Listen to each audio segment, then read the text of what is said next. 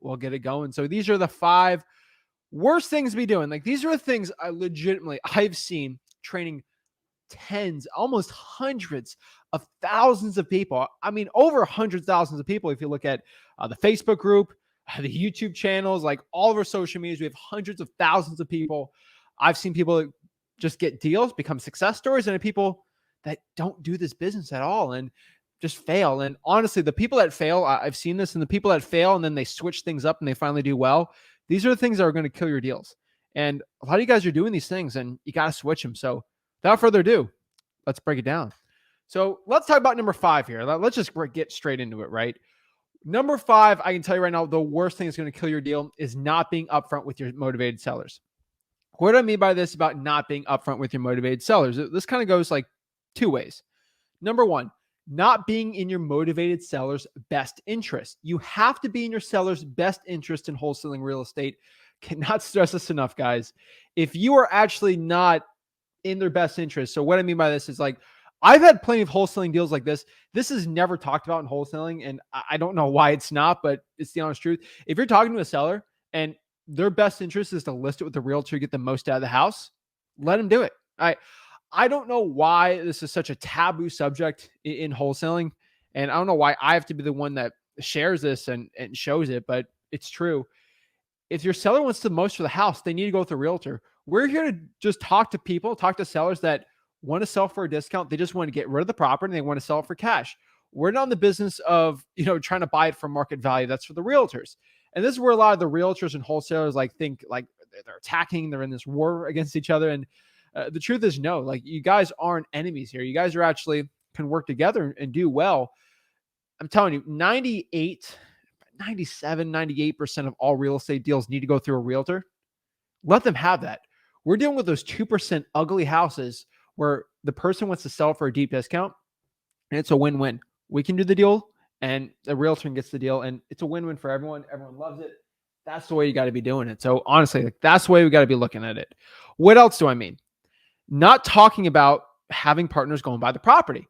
And what I mean by this is, if you're not upfront with your seller that, hey, me and my partner need to go by and actually look at the house, aka do a walkthrough, and you try to just put in a walkthrough, your seller might get skeptical and you might lose that deal. I've seen this happen so many times. I know it's painful when you get the property under contract.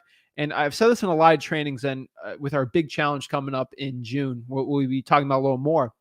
But I cannot say this, like, I say this so many times, but once you get that property under contract, you need to go to that seller and say, hey, Mr. Seller, me and my partner need to do a walkthrough one more time. We're okay with the price here, but he is just old school. He wants to go by and actually lay eyes on the property. It's like test driving a car.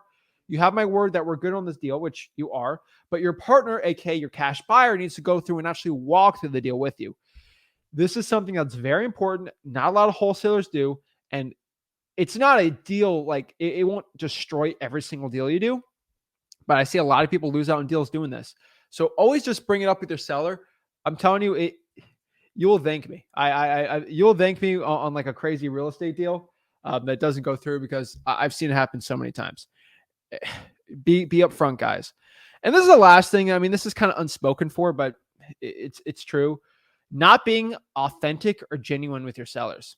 I don't know why this is a huge contentious issue, but be straight up with your seller. Like, I hate when wholesalers go out here and they do this fake little like salesperson thing. Like, oh yeah, I can't even do like the fake voice just because like I hate doing it. But it's like, hey, Mr. Seller, my name is Zach with Zach Home Buyers, and we want to give you a cash offer for your house. Like, it just, if you cannot be authentic with yourself, like be true to yourself and like your own personality. Some people got like very fiery personalities. Like, hey, guy, my name's Zach, and like they're all over the board and like they're really excited energy. That's great. Some people are more mellow, and they like to talk slower. Hey, it's always best to kind of not copy to an extent, but like be a chameleon to your seller and kind of, mirror the personality. That's kind of sales 101, but don't like be a fake person with it. I mean, it's the stereotype of the used car salesman that everybody hates. And it's just why? It's because they're not authentic. One thing too is like, I know everyone's like, oh, I got to wear a suit and tie when I go meet with a seller, talk to a seller. Guys, pull up in a t-shirt. Like, I always have a collared shirt on, but like that's just kind of me, and it was kind of professional to a point. Like it doesn't look raggedy. No one's can really be upset at a collared shirt. Just, I mean, I was like 17, 18 years old. Like you can't be upset at that, right? At least somewhat professional, but I mean, it really doesn't matter. Just be authentic to yourself, guys. Like, here's another thing. Like, I know a lot of people, they got like tattoos. Like, I got no tattoos, but like people got sleeves, tattoos, maybe on their neck or something. They would like, oh, I got to wear a turtleneck when I go to the seller. Embrace it. Like, that's just who you are. That's your personality. Like, I don't think I've never known a seller says, you have a tattoo, I'm not dealing with you. Oh, you have long hair. Oh, you have short hair. You have a beard. You don't have beard. You're short. You're tall. Like, your seller doesn't care. They legitimately only care. I cannot say this again. They legitimately care if you have a cash offer in the property. That's it. Seller doesn't care about your accent. Now, don't fake it. Don't try to fake an accent or like try to undo an accent. If you got an accent, you have an accent. Like, if you have a cash offer to a property, you can get the deal. And it's just being authentic to yourself. You will feel better about yourself. It'll give you more confidence and you'll do more deals. It's crazy how many years of wholesaling knowledge there had to be out here before someone came along and said, just be yourself. It's crazy. Number 4 here is a bad contract and or a bad title company. A bad contract and a bad title company will destroy your deals. You have a great deal. A bad contract, bad title company is going to destroy it. What's a bad contract? A lot of people go after a guru's contract they find for quote unquote free, and then it's a sales funnel. It's insane. But I don't understand it, but what are you going to do? But the bad contracts are terrible. Do not be dealing with them. A bad title company is going to be even worse. So we'll kind of break down why. So a bad contract, it's going to destroy your deals because maybe you have a bad contract that has a lack of EMD, maybe a very short inspection period you put on. This is why I always stress to everyone to go to freewholesaling.com. Everyone knows, I think I've said it a million times already, but freewholesaling.com is the one-stop shop. It's my free wholesaling course. It's about a $7,000 wholesaling mentorship I absolutely do for free. You want to talk to me one-on-one, you can go on the backstage here. I do it Wednesday, Thursdays, talk one-on-one. Ask Michael, Daniel, Jason. They'll tell you, right? or Darwin. Like, at least everyone in the backstage, like, they talk to me one-on-one, They're getting a $7,000 mentorship absolutely for free just because they joined the Wholesaling House for Real Facebook page, Facebook group, actually. And then they talk to me one-on-one to get the links on there. And that's true. So what I can tell you too is, number 1, like, have an EMD, guys. EMD is super important. I stress everyone do at least $100 EMD if you can. Now, you guys see me videos, oh, you do wholesaling, no money. Yes, you can do wholesaling with a $0 EMD. That is true.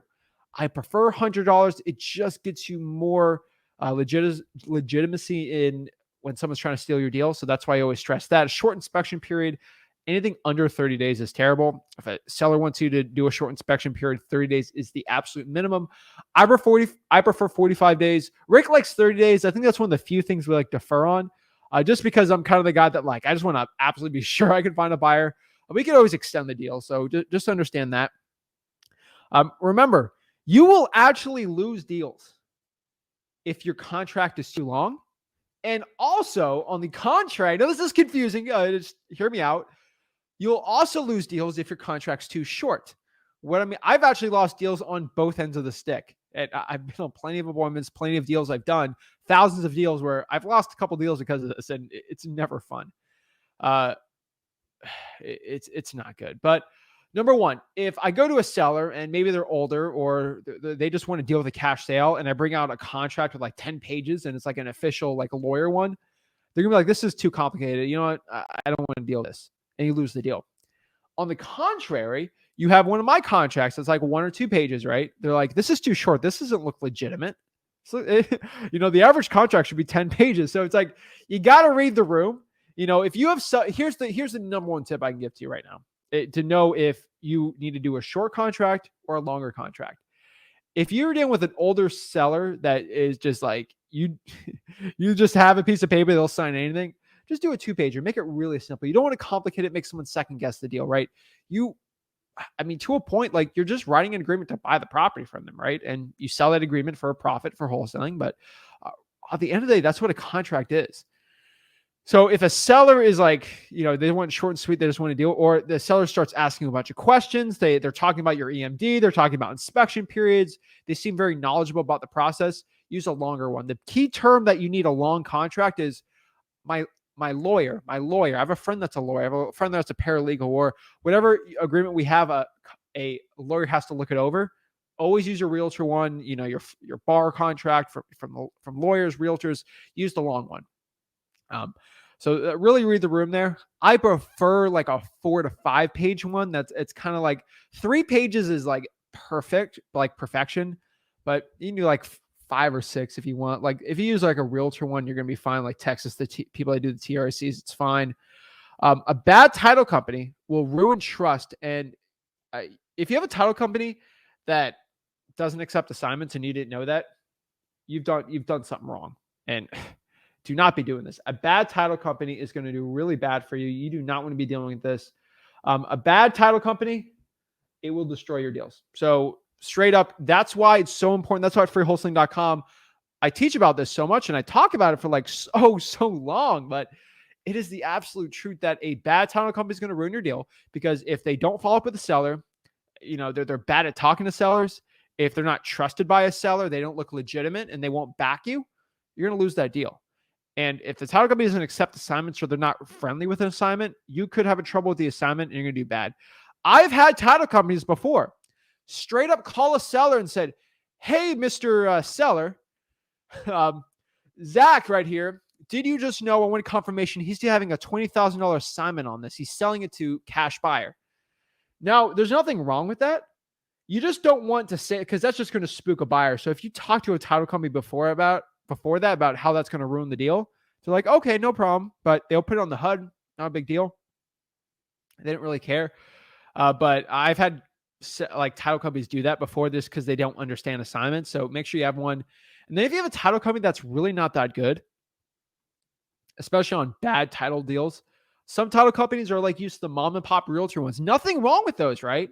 The nice, pretty, realtor ones, they deal with properties over $700,000, all luxury.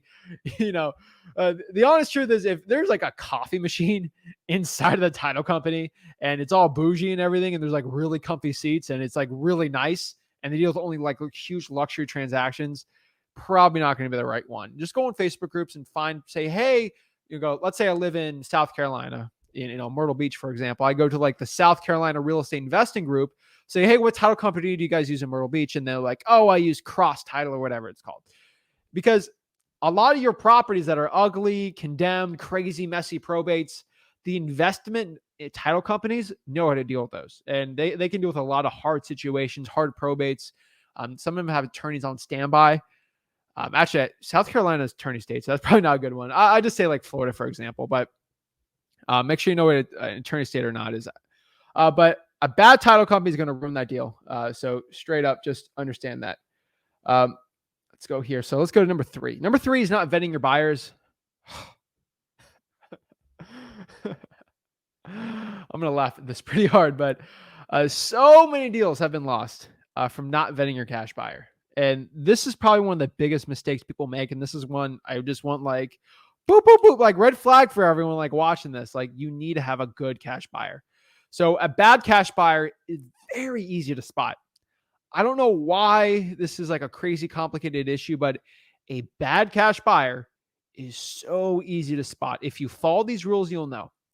An unexperienced wholesaler, it's very hard for them to know, but if you follow rules, you don't have to be experienced to even know.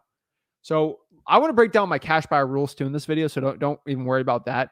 Just remember, guys, a bad buyer will destroy your deals. It will ruin your reputation and hurt your business without even you doing anything wrong. Just understand that too. A bad cash buyer will ruin your reputation with a title company, or ruin your relationship with the seller, obviously. So you want to have a good cash buyer. And I'm going to break down the rules too. Remember, a bad cash buyer might just be a fake buyer, a daisy chain buyer, a wholesaler trying to wholesale the wholesale deal, right? KK daisy chaining, A lot of people that claim to be cash buyers are just wholesalers trying to JV the JV of the JV of the JV. And you want to stop that too. So you're going to have to follow these rules. And these rules are going to help you out a lot. So let me break down Zach's tips of the trade here, my cash buyer vetting rules. These are going to be really important for you guys to be following. If you're not following this, these are rules. Are they suggestions or are they rules? They are rules, guys and gals here. So these are things you have to follow if you want to be successful with your cash buyers. You don't want to lose your deals with cash buyers. Ask me how I developed this list, because I've dealt with so many bad cash buyers, ruined so many, not so many deals, but like 4 or 5 deals ruined from bad cash buyers. I've told myself, these are rules that I have to follow all the time. So let's break it down. So number one, let's talk about proof of funds. You're going to have to ask your cash buyer for a proof of funds, a proof that they actually have money in their bank account. Remember, how are they going to buy your wholesaling deal? Let's say you lock it up for 120, you're selling it for 130. How's that cash buyer going to buy it for $130,000 if they don't have the money in their bank account? And, some person in the comments going to say, oh, man, I just get loans. And you do not want to be dealing with a loan for your cash buyer. If a cash buyer has a loan or they need to take out a loan on the deal, they have to get approval from a bank, which you already know the property is going to probably disgusting, and they're probably not getting approval, and that'll ruin the deal. And it's not going to be quick, convenient. There's a reason. It is a cash buyer. It is not a hard money buyer. It is not a lender buyer. It is a cash buyer, which means they need money in the bank account. Talk is cheap, guys. You got to show me money in the bank account. Now, I've seen this happen before where a wholesaler might fake cash funds. The trick. I remember this used to happen in middle school.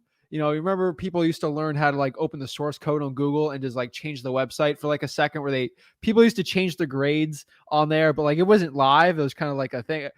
My nerds in middle school knew this, but you could do kind of on the source code, open it up. You do that too. You could basically fake any website you want. Pretty easy to show. You can even Photoshop a fake. I could Photoshop $50 billion in my bank account, which I don't have 50 billion. I wish. Hopefully one day, but but anyone can do that. So you got to really make sure it's good, legitimate screenshot of the bank account in there. You can also call the bank and actually call to confirm the funds in someone's account. You got to get permission, but it works really well. And that's how you do it. Remember, guys, this is another big rule that nobody in wholesaling is talking about except for me. This is stuff you have to pay $4,000, $5,000, $6,000, $7,000 to learn. And this is the stuff that I've wished I asked this question so many times. And this is a question I have to ask every buyer. We do this. They must be okay with you making $100,000 on every assignment fee.